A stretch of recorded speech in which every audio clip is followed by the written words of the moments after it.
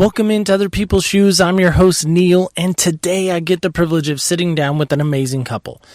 Now, what makes them so amazing in my mind is they've had to walk through life a little differently than most people have. This couple deals with blindness. That's right, both the husband and the wife are both blind. And you're going to hear their amazing story about how they've kind of had to walk through that challenge and how they've risen through that. And how they're an amazing parents right now. That's right, they're parents to a new 4-month-old baby that's theirs. And you're going to hear that story about how they have had some challenges along the way with being first-time parents, as most first-time parents do, except there's a little bit of a twist. I'm going to let you figure out what that may be as it comes on. So here we go. I don't know about you, but I'm ready. Hope you are too. Let's go. Hey, come take a walk with me. Not like you used to do something different and put yourself in other people's shoes. Open up your mind and open up your eyes and change your direction, change your perspective. Welcome into Other People's Shoes. I'm your host, Neil, and today I get the privilege of sitting with, I will say, my new friends. I'm going to let them introduce themselves first. We'll start with the ladies. Minh. Minh. And the gentleman. Hi, I'm Dan Turnbull, and we are the Turnbulls. Dan, how are you? Good. I'm doing good. It's been a pretty eventful day. Eventful day? That's Yeah. right. You guys are new parents now, right? Yeah. How old is your little guy? Almost 4 months. He'll be 4 months in Easter. 4 months old. Wow. Mm-hmm. Now, Minh, what size shoe do you wear? I don't know. Have you ever shoe a fly? What sizes you wear? What size? I always like to say that because we're talking about being in, other people's shoes. So I always like to envision we're wearing your shoes. So, what size shoe do you wear? I don't really. Okay, it could be from a 2.5 to a 5, depending on how you shop. Okay. Do you have a brand that you like? Horseshoes? Yeah. Because I'm a shoe nut. That's why I'm asking. I have like 50 plus pairs of shoes. It's ridiculous. I have a lot of shoes. How many girls do you have? I just have one. I was going to say, you take after them. Between I have two. My wife as well. So Yeah. there she goes. She gets another mention. So, but do you have a certain brand that you like, or a certain type of shoe that you like to wear? No. Okay. I just like to make sure that they're sturdy. Okay, make sure that they're sturdy. Mm-hmm. Dan, how about you? Same question. What size shoe do you wear, and then do you have a brand that you like to wear? Anywhere between 10s to 11s. Okay. Depending on the shoe. Sure. I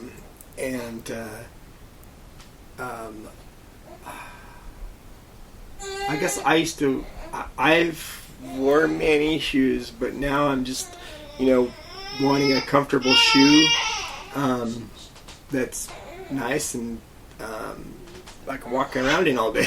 Got it. Okay. So. Something you might not know because we're talking audio, we're not talking video today, but my two guests today have blindness.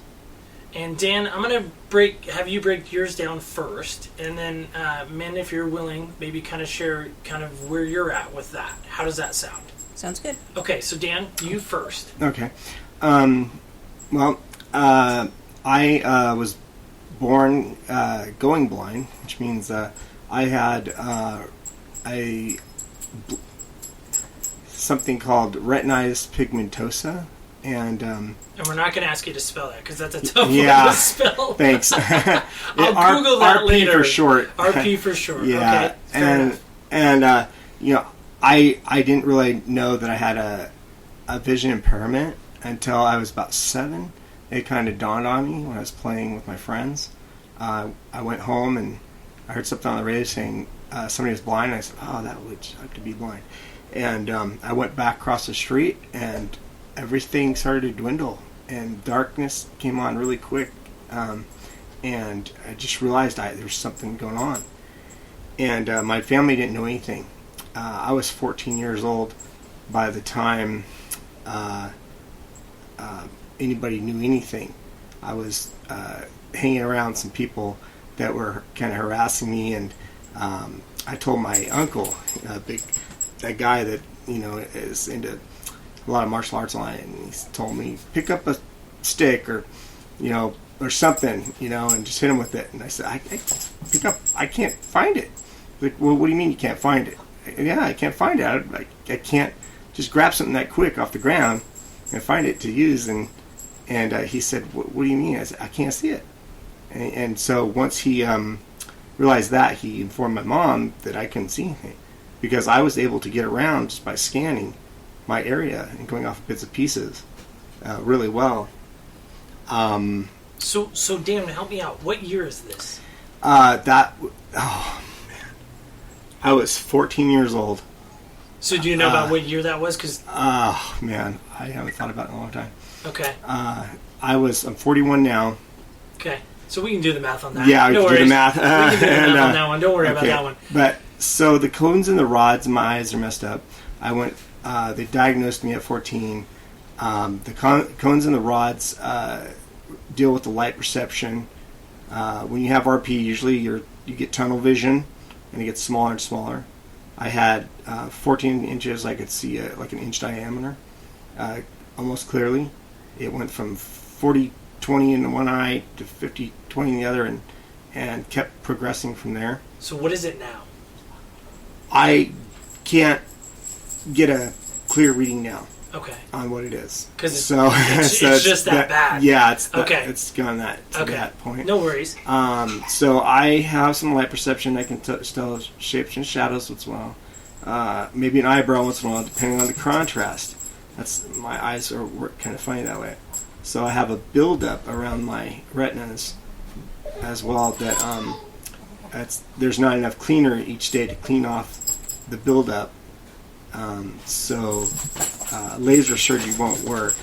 Yeah. It'd be like taking a plastic spoon and melting it onto a vinyl record, scratching it off with a metal butter knife, and trying to play the record again.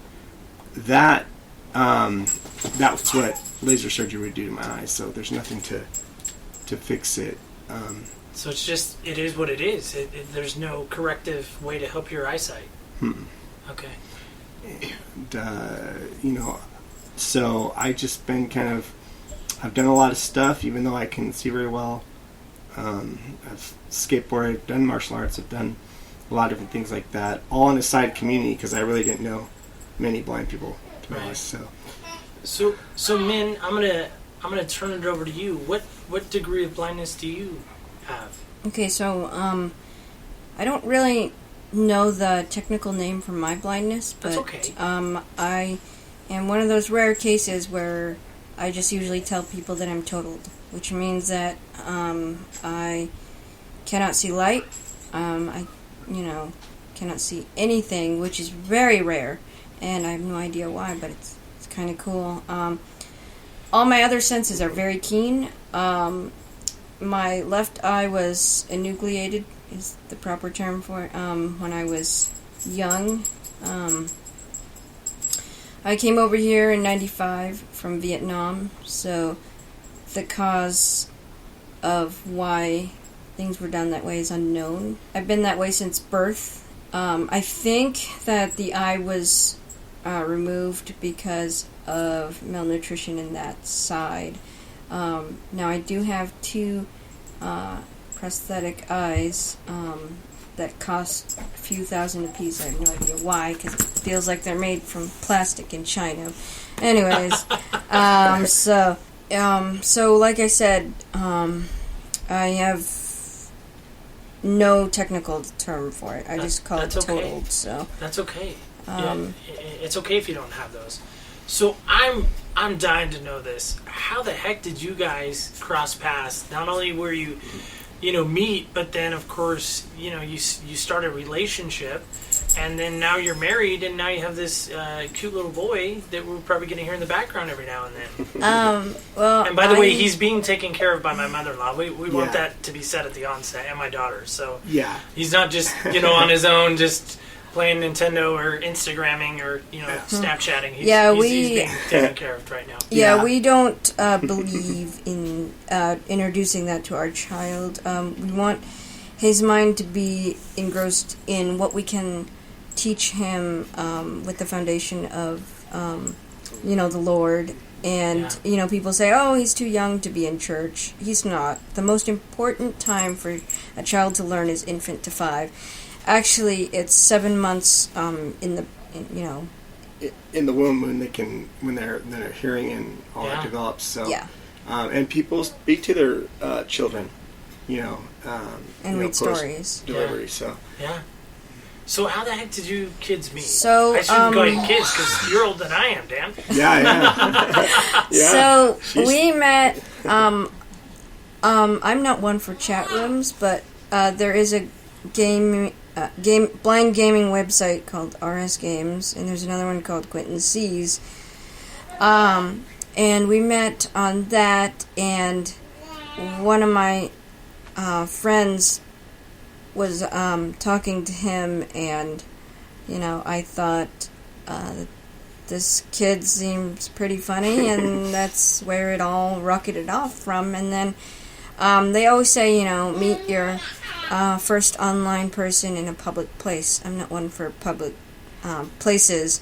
So we met at a mutual friend's house, and they were doing a separate online Bible study, and that's where we got to know each other for a few years before we actually met up.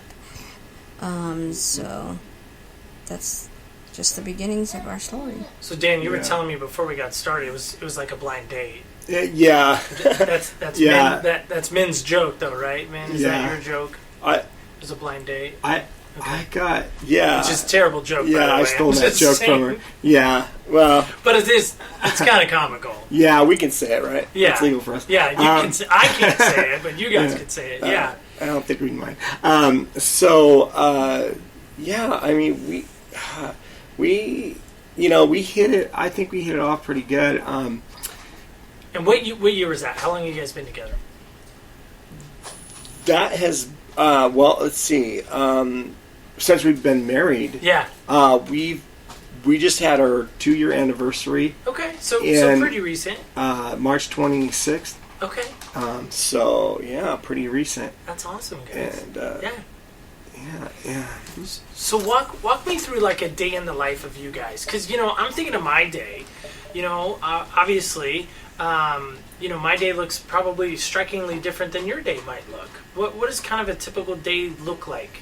Not only are you newly married, relatively, 2 years, but you're also new parents. So what does that look like for you guys? I have to say that it's easy in a lot of ways because we planned it. We planned on having a child, and from the very start, we've been involved with figuring out what the best things we could do for him were and are, and so from the very beginning, Min is amazing, and she's been involved with the WIC program, and we went there together, and they said their quote was, we were the most prepared couple they've ever seen go through there, and that was pretty neat. And Min's follow through on everything we needed to do to prepare for him was amazing. Just amazing. I don't think we never missed an appointment, that we had.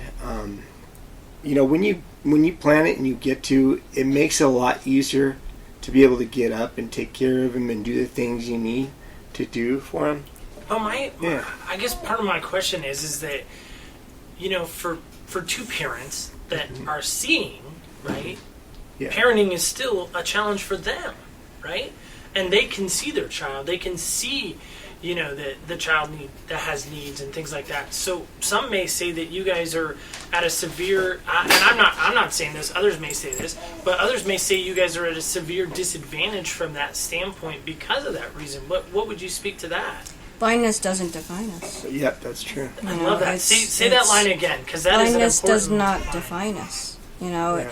spiritually blind is worse than being physically blind, Yeah. and that's the true meaning of, you know, the foundation of raising your child. You know, most people just plunk their kids in front of a TV, you know, or give them their phone to quiet the child down. Yeah. You know, and, you know, when I was starting to bring him to church, you know, people were like, oh, you can leave him up here. He's too young. He doesn't need to hear that sermon right now. He's not too young. He needs to hear every word of it. And it's important for him to understand the foundation before he learns all the garbage that's out there, you know, so he can differentiate. Do you guys feel like you're missing out on anything in life? No. No, I mean, we have all the skills and the training that we need to raise him. I mean, he could have been blind, but his eyes are fine. He could have had clubfoot, but his feet are fine. And we put God first. And when we put God first, it's easier to go through our day walking in the Lord and allowing Him to lead us through every situation. Because with God, we've got it. Yeah. You know, and we have keener senses than most people that are sighted even, and we can tell a lot easier that our child has to go to the bathroom, and we can do potty training a lot sooner because we can actually hear when he's starting to go and get him there in a lot quicker time frame most of the time. Wow. And so, and there's things that he can, that all of his little coos and the little different sounds he makes, you know, we know what he's feeling. We know what he needs. We can sense it because we've been around long enough. And that's, you know, they say genius comes out of necessity. Well, our necessity, the senses we have, we've adapted to work in every situation. Yeah. Min, what's the best part about being a mom for you?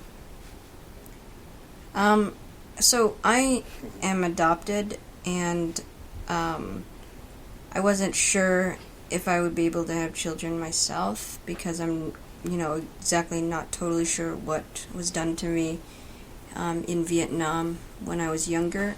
You know, I just remember the eyes because I was old enough to remember that, and I was not put to sleep for that. So, you know, and they, you know, were trying to test my legs because they thought blindness equals cripple. Well, that's wrong in the equation, you know. And so I had no idea. And so I was talking to my adoptive mom, and she said, "It's great to have your own flesh and blood, isn't it?" I said, "Yeah, but, you know, you praise the Lord for that, you know." And so that's the best thing. That's the best thing for you is just knowing that you have a family and knowing that you have people that care for you. Would you say that's kind of the best thing for you? Right, because I wasn't sure if I'd have to adopt, and what, you know, are the slim chances that, you know, they would give a blind couple, you know, an adopted child. Yeah. What would you guys say is the most challenging part about your situation? Who wants to Sighted people? First? Sighted people? So people like me that can see? Yeah. No, Okay. I think it is the ignorance of people that Yeah. jump in for no Yeah. reason. Instead of Yeah. asking, they just jump to a trajectory instead of, you know, saying, "Hey, are you aware of this? Oh, hey, I see that you're a first-time mom. Let's work with you." Yeah. But that, you know, I told Dan, you know, in planning and having a child, I said, you know, no, chances are we might get interference from social workers and stuff like that, you know, and so it was expected but unexpected, you know, because it was over silly things and, non probable cause, and it was unfounded. So Right. Yeah, it's not every sighted person, but it's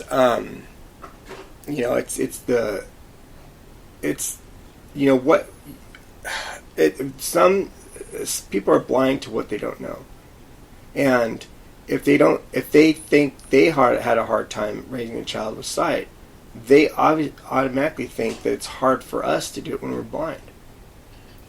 Well, and I guess that's kind of where I was going with, is even preparing today. Now, just so you guys know, so my listeners know, and you guys already know this, Dan and Min, but my listeners might not. So back in February of this last year, this couple, this amazing couple, at least in my mind, very much so amazing, was interviewed by our local news. And part of the reason why they were interviewed is because our state that we live in, Oregon, they have a company called DHS, which I think is Department of Homeland Security or Homeland Services. Department of Human Services. Is yeah. that what it is? I totally messed that up. So thank you guys It's for all the right. correction. No I'm worries. thinking of like you guys are terrorists, but you're not terrorists.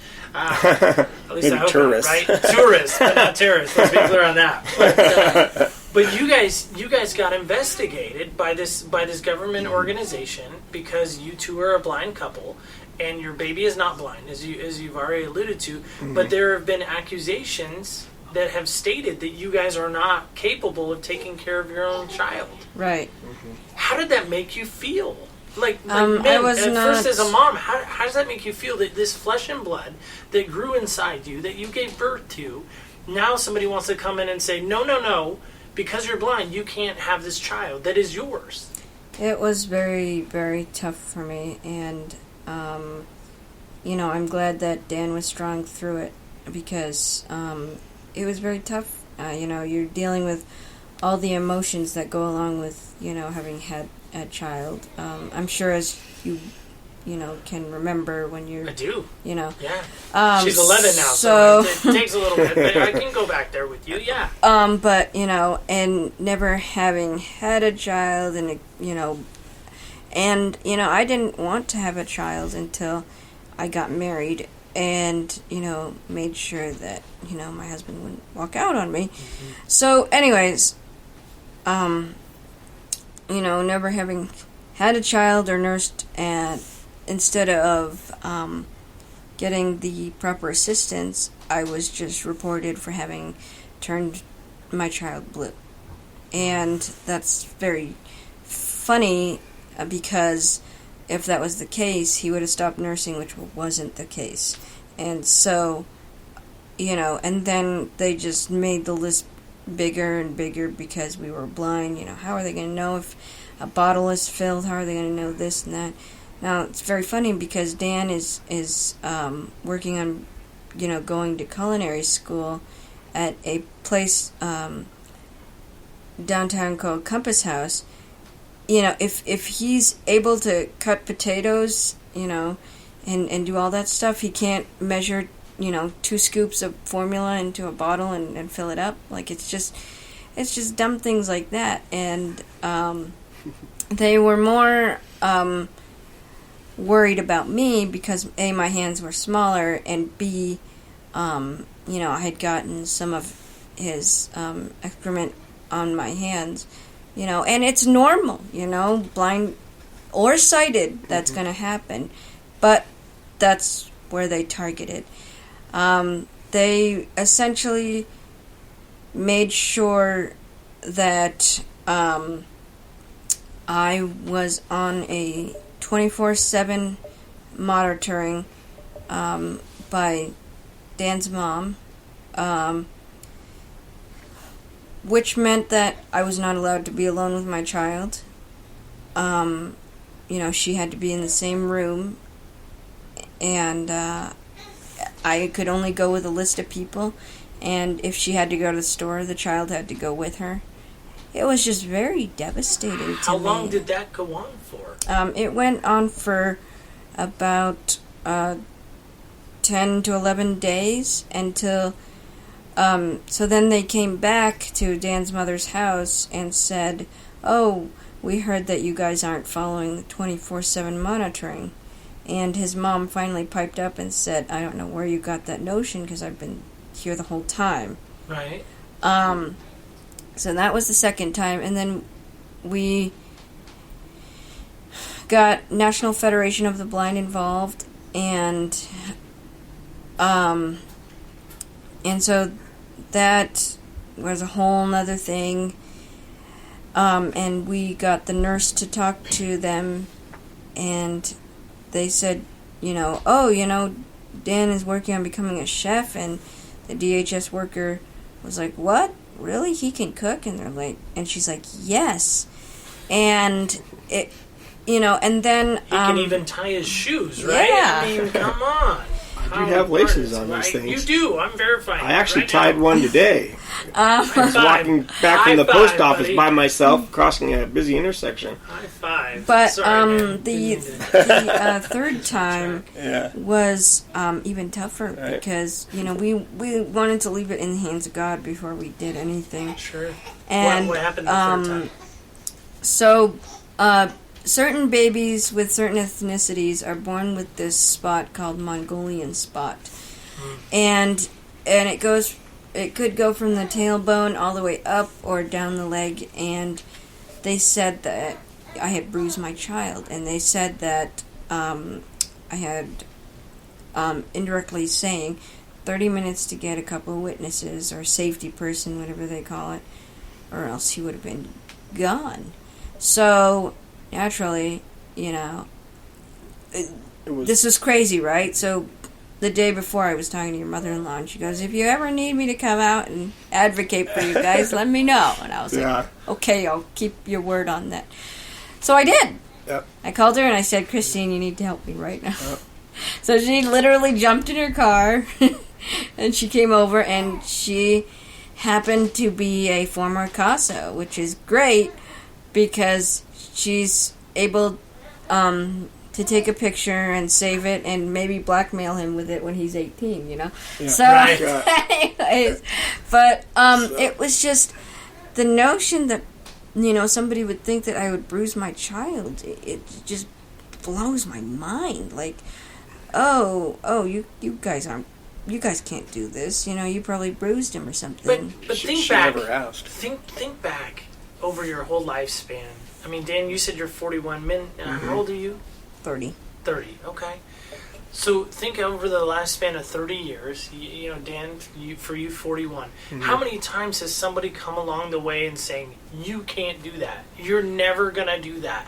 I mean, how often have you heard those statements throughout your life? Tons, but we ignore it. Right. And why do you ignore it? Because there's always a way to do something.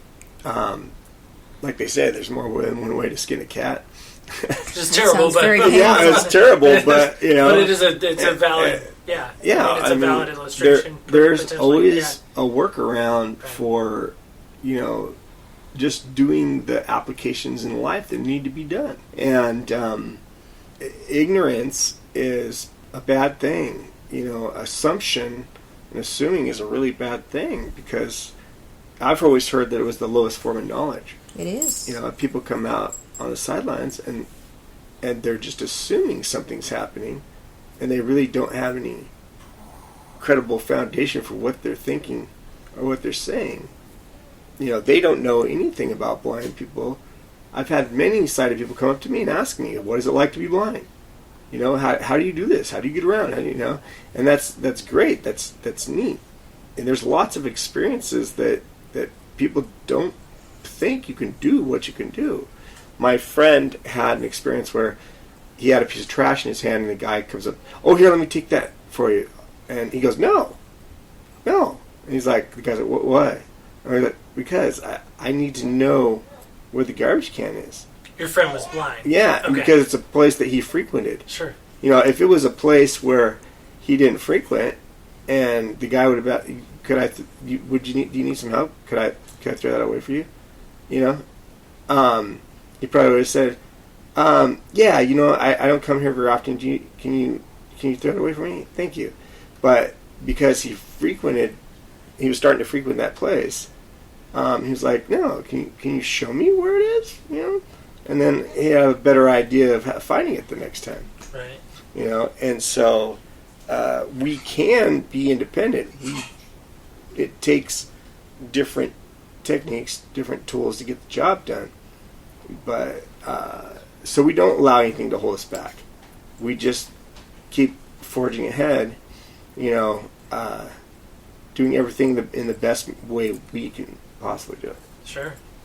So why did you guys want to, or maybe I should state it this way, why did you agree to sit down and talk with me today? Was there... Because I'm always fascinated by that, by the way. So I ask a lot of guests that. Because, you're giving up kind of some evening with each other, and definitely with your kiddo, even though he is in safe hands right now. We know that. My mother-in-law's here, as I, again, alluded to. But but why would you want to sit down and talk to little old me about this? We tell the public every time that we just like to educate. Yeah. Because some people say... well, maybe you should have left well enough alone. And the point for us speaking out is to educate. So, Mim, what do you mean by that? Leave well enough alone. What does that mean when you say that? People have told me, maybe you could potentially start a, proverbial fire with these, with these thoughts that are going out about, DHS or whatever. But, we just said, our point is to educate, not irritate. And just to say that our disability does not define us, and nor should it define anyone else for being able to be parents or whatever they want to be, Now, my fear that I will have to figure out in God is my career, future career that I want to do, possibly ruined because of this, because they won't get rid of our records, even though it's unfounded. If we ever had to go through a state background check for if I wanted to, say, open a daycare or work in a daycare, that could potentially have ruined it for me. Even though it's and so unfounded. I need to figure out if I'm ready to face that, if they ever did a background check on me for that, and it would just upset me because I went through courses so I could do that. I did all my core classes and even some child development classes, so I just haven't, I don't know what career I would want to do, because children are my world, and they always have been since I was an orphan. So, where did the allegations start? Did somebody see you? Did somebody perceive something? How does that start? It all began at Rogue Federal. Okay. Rogue Valley. Rogue Valley. Sorry. Rogue Valley Hospital. Yeah. Okay. So it started when he's born. And your son's name is Silas? Yes. Yeah. But, that's where it all began, and then it continued at Dan's mother's, and then when a caregiver was helping me change him, instead of asking questions, they just tried to scare me at first, because she said, I live in White City right next door to DHS, and I'm a state appointed blah blah blah, but you're not supposed to know. And I'm like, is that supposed to scare me? So it's just So from the get-go, it sounds like you guys have been hurdles have been placed in front of you to stop you from being parents. Right. So that to me is very sad, and I'm sorry that that's taken place. I know I personally didn't have anything to do with it, but my heart still sympathizes and empathizes with you, because I can't imagine somebody coming in and telling me that I'm hurting my daughter, in your guys' case, your son, that I'm not doing a good enough job as a parent because of, for whatever reason, because of this or that or whatever. And I almost feel like, and I'm going to use this word very loosely, it almost feels like a witch hunt. Like they really were just after, just really trying to hurt you guys as parents. And to me, I think you guys have kind of alluded to it as well. Come in and ask questions. Come in and not assume you have all the answers. And I think that is a great mentality to walk through life, sight or unsighted person, to walk through and ask questions rather than assume you have all the answers and assume you know a situation. So it's 30%, if we didn't mention 30% of people with a disability get their children taken away out of 30%? Out of 100%. 30% of people with a disability that doesn't make them disabled to raise a kid. So there's not enough investigation that goes along with allegations to actually know that this person can actually take care of their kid and they can do fine and give them the benefit of the doubt and give them the chances they need. And, life's going to happen. Accidents are going to happen. Things are going to happen. Kid's going to fall down just like a sighted person's kid's going to fall down. They're going to get an owie. They're going to get hurt. Things happen. We can still be there for them. We can still figure things out. Life goes on in that way. I mean, we can do it. Yeah. Well, you're doing it. Wise man once said, "There's no can, there's only do." Yeah, that's right. Yoda, yeah. right? Yeah. if you say you can't, you won't. Yeah, exactly. So, how do people, not only before the allegations and all of this, which, by the way, it bears repeating, all of them have been unfounded, so that's super important to just reiterate, but how do people treat you guys overall? How are you received in the community? Maybe enter individually, whoever wants to go first. I'm going to go first. You go. Well, I've had occasions, and I think we both have, where when we walk up to somebody, and we have somebody with us, and we ask them a question, sometimes they'll look to the other person and they'll ask them instead of asking us directly, like we can't answer for ourselves because they've already assumed. Almost like you're not only seeing impaired, but you're hearing impaired as well. Yeah. Okay, fair. Or that we're ignorant and we don't have anything to reply. Okay. Like I went to the bank and that happened, and I'm like, I'm the one with the account here. I have my credit cards. They have Braille on them. I didn't quite say that, but I was like, like I'm the one, trying to bank with you here. Can you talk to me, please? And I went even at one of the hospitals.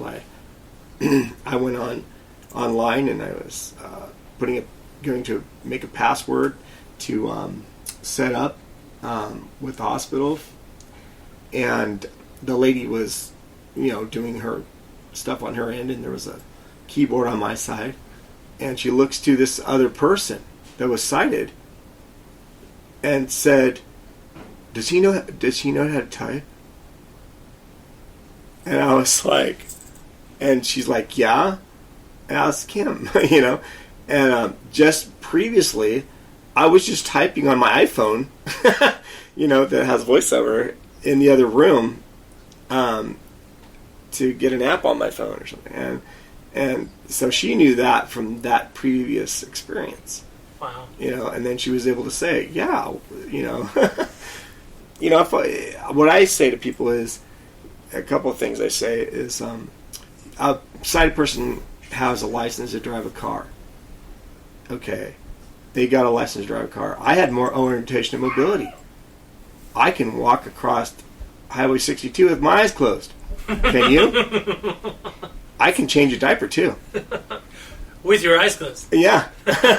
So, I mean, I pretty much guarantee that I wouldn't trust a lot of sighted people to just walk across Highway 62. Because I guarantee if you try it and you don't know what you're doing, you can end up right in the middle of the intersection. Yeah. And that wouldn't be a good thing. And I had doubts myself when I first started my training. I ended up all the way down the end of the road. way off from just a 2-lane street. And it didn't seem like you could do that, but it's possible. It can be very scary. So, Highway 62 is a busy highway in our community, by the way, just to help others put it in context for you. Yeah. But Min, how have people treated you? Not just with the baby situation, but but on the whole span of the last 30 years. Here's what I'm going to say. The treatment that I receive is whatever, I'm willing to put out. If I decide to just be a hermit inside the house and not get to know anybody and, not go shopping or anything and, practice using personal shoppers or whatever, even if they've never had a blind person in the store before, you educate them on how to help you. Yeah. You don't bring in a sighted person with you and say, because then they'll expect you to always have somebody with you. I've had, funny questions asked of me. Is somebody with you? Is somebody grabbing you, picking you up, so, what I would say to that is, to any blind individuals that are listening in the valley, get yourself out there. Experience it for yourself, or else you will never know what it's like or how people are going to treat you. Because chances are, 99.9% of the time that you're out there, you're educating them. Mm-hmm. Because if you just sit in your house and just send your significants, they'll wonder, oh, I didn't know you had a wife. Oh, I didn't know you had a husband. So get yourself out there.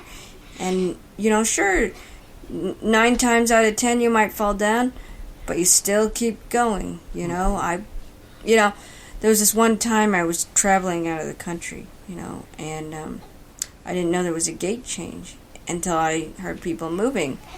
And, I don't know any bystander from Adam, but I have to use my yapper, right? That's how I get. So I was like, excuse me, I heard that there was a gate change to where I need to go. Where is this? Oh, it's all the way on the other side of the airport. What? So, I'm booking it, and I'm only 4'8". I don't think I'm going to grow anymore, except for in the Lord, physically speaking. So, I got to grab everything and figure it out. Even if I have to jump onto a airport cart, I can just squeeze in here, don't worry about it. But if you are a blind person and you just stay in your house and you don't, learn anything for yourself, then you're doing yourself a disservice.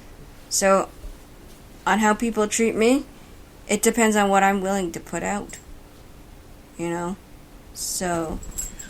What's the craziest thing someone has asked you about your situation? Not just parenting situation, but just your. I'm trying to use the word loosely. I don't want to say condition, because that almost sounds bad every time I say it in my head. But your situation, your blindness. What's the craziest thing someone's ever asked you about it? Huh.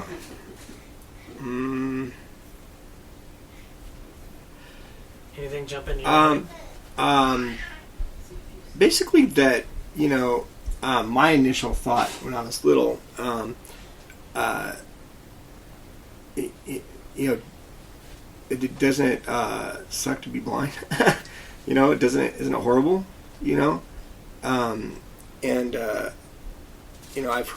We've heard of people saying, that people have overheard other people saying, "Oh man, that's got to be horrible. That's got to be terrible," and it is really what you make of it. I mean, sure. I mean, there's some things that I don't do. I don't hunt anymore. I could hunt a little bit when I was younger, and I was bothered about it, and it irritated me for a while, and my pastor let me know, what's, why let it bother you? It's just, and after I thought about it long enough, I realized it was just a waste of time, and I was ruining the time I had off of something that I shouldn't worry about. I do what I can do and do the best I can do, and if opportunity comes up to be able to, and I have the accessibility to do something, then great, But to pine away and to worry and fret about things isn't of God, and He wants us to be, He doesn't want us to have fear. He hasn't given us a spirit of fear, but of power and a spirit of love and of a sound mind. And if I'm always worried about what I can't do, I won't do. Yeah. Min, what about you? The craziest question anybody's ever asked you?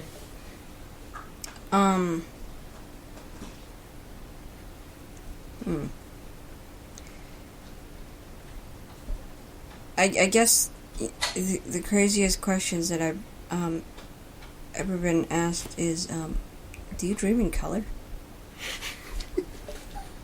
What would be the answer to that? I don't know. I've never seen color, so why would I dream in color? What's black? Right? What's white? So I got a youth pastor background in me, right? I started youth pastoring when I was 19, and started working in leadership when I was 19 as a youth leader, and then I didn't become a pastor until I was 27. So there's quite a bit of training and challenges and all kinds of fun stuff in there. But one of the games I used to do with our kids, youth kids, is we would blindfold them, and we would make them do crazy stuff like tie their shoes. They had to feel for their shoes. They had to taste certain things that, they had to unwrap candy bars. They had to do, certain things that, as you're calling them, sighted people, so I would be in that category, take for granted. And so I was really trying to get them into kind of a perspective of somebody that is blind. But I don't think there's anything on the planet we could simulate that really could encompass what you guys walk through every day, right? When I first went to get some of my training, what they did is they put everybody, no matter if they could see a little bit or not, under blindfold for a couple weeks, and you had to do everything under blindfold, everything. So that can give you a glimpse into it, but when you actually living life for years through it, you get more experiences. It is hard to see it all, until you've been there. So we're going to kind of wrap up, but I just have one last question that kind of pops into my mind as we start to wrap things up. What advice would you give anybody if you could have this grand stage, right? We put you on a platform, let's say, right? And you have the ability to speak to the world, because again, people always ask me, well, how far does your show go? Where does it reach? I really don't know. I don't know who's going to listen to it. Some may, some won't. I don't know. I don't get wrapped up into that. I don't get bogged down in that, because you could go crazy, right? You just could. But let's just say that we get you on a grand stage, grand platform. You get to speak to everyone on the planet. What would you say to them? Leave time for God. Mm-hmm. Put God first. Now, why is that so important to you guys? Because that's the foundation. Because without it, you can't have, if you don't have contentment, you'll never have peace and joy. Fun is here and there, but it always goes away. But joy can remain. Some would even argue, if we were going to play the other side of the coin, or the other side of the fence, whatever you want to say there, that God has punished you that God is somehow absent from your life, that you have probably done something that has, this is a punishment. Your parents must have done something. You must have done something. That's why you're in this condition. What would you even say to that? But who's putting that thought in there? Yeah. Right? That would be the enemy. Yeah. Because, you have to be the one to, let them pull the trigger to your gun to believe such a thing. So, if I may, yeah. There's a scripture in the Bible that says God makes both the lame, the dumb, and the blind. And God made Moses' tongue, and Moses thought he couldn't do anything, he couldn't speak well, and that made God mad because, God is like, I made you. I also made these. They're lame, blind, and dumb. You don't think I can make your mouth to speak? And, the man that was born blind in the Bible, he was born blind, and they said, did this man sin or his parents? And Jesus said, neither. He was born blind for the glory of God to be shown. That's one aspect of God. But there is aspects where if somebody does something and the next generation is going to pick it up, that can happen. I feel in my life that something like that happened, but I also know that when I repent and I do God's will, that my children after me will be blessed. My child has good feet. I had clubfoot when I was little. I had 26 or 27 casts on my legs. I had a brace between my legs and little shoes on my feet to keep and my mom would cut off the casts off my legs before I would go in to get new ones, and then also I had a visual impairment, and they said I might even go deaf when I was younger, and so, but I don't hold that against God. For many years I said, oh God, why won't you heal me? What's going on? You have the faith. I know I have the faith to be healed, but I always asked him that, why? God doesn't do anything without a reason. And he's wanting me to know that, and everybody, that he hates sin. He doesn't hate the sinner. He hates sin. He wants us not to be attached to it. He wants us to get free and clear of it. And the more I get free and clear of it, then I gain the blessings of God through it. And I can see that clearly. My son should have, these issues, but he doesn't. And I that's how I see that. That's awesome. I like to play a game. Are you guys up for a game? Are you guys game players? I've heard of the game. You've heard of the game? Through your mother-in-law. Oh, all right. Wow. So usually I have a dice, so I'm just going to let you guys pick a number 1 through 6. How's that sound? 3. You got 3? You can't pick 3 because you probably already know what 3 is, don't you? No. Okay. All right. So you're picking 3? All right. So, Min, what is your favorite thing to smell? Lilacs. Lilacs. Is that a flower?